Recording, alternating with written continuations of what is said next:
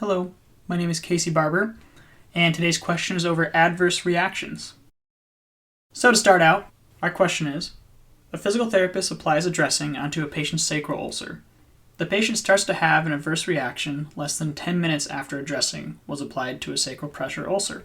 The reaction includes swelling, rash on dorsum of hands, dizziness, abdominal cramps, and bronchospasms. What is the most likely explanation? And our choices are A, latex allergy, B, irritant contact dermatitis, C, allergic contact dermatitis, or D, urticaria. So, to start out, we have urticaria, or hives, which are caused by food, medication, stress.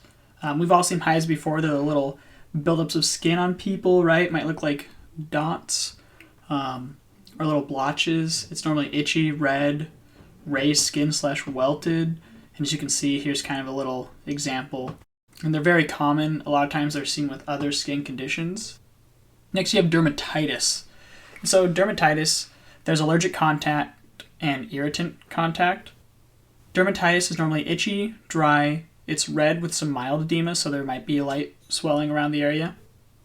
The hair follicles are normally irritated. And then the skin can be flaky. It may be blistered.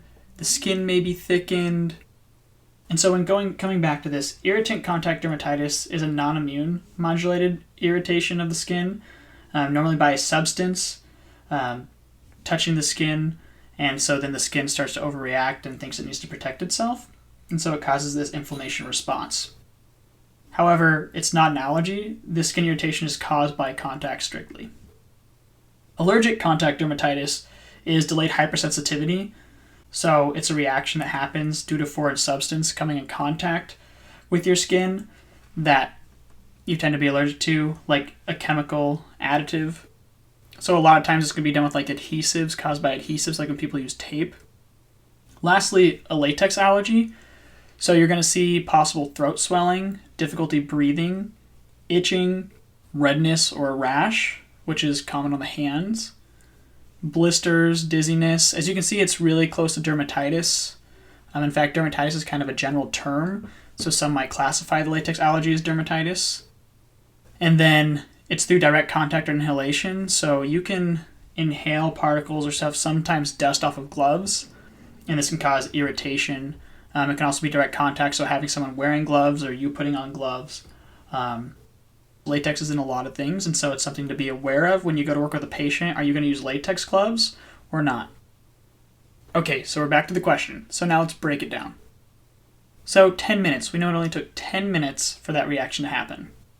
Then we know there's some swelling going on. There's a rash on the hands with dizziness. However, they throw in some abdominal cramps. And you might think, well, this was all sounding like latex allergy, and then the abdominal cramps come in. What could that be?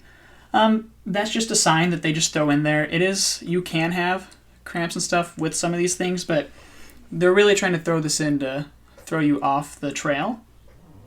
And then bronchospasm, so problems breathing, which is again what we expect. So don't get thrown off by the abdominal cramps. You run into that sometimes, where you have everything lining up, and then they throw you one thing that kind of throws you off, and you start to question your answer. But the key is just to stick with your guns and make sure you choose the right answer, which in this case is latex allergy, because as we said, they put a dressing on. In this case, we're going to assume that you followed guidelines and you wore gloves. You didn't do it without gloves on. That would be kind of crazy. And so we're going to assume that you might have had some latex in the gloves or whatever on the adhesive that was applied to the sacral pressure ulcer. Remember, you don't need to bring another clinical experience. We're really trying to think, what would the book want us to say? And that would be that we had followed all the rules beforehand, so therefore it must be caused by latex allergy, not the irritant contact dermatitis or any sort of dermatitis. We want to stay on track. We don't want to get caught off guard by any of these symptoms. And when we follow the symptoms like the swelling, the rash, the dizziness, the bronchospasms, that all leads to latex allergy over a dermatitis or hives. Thank you for your time, and have a good day.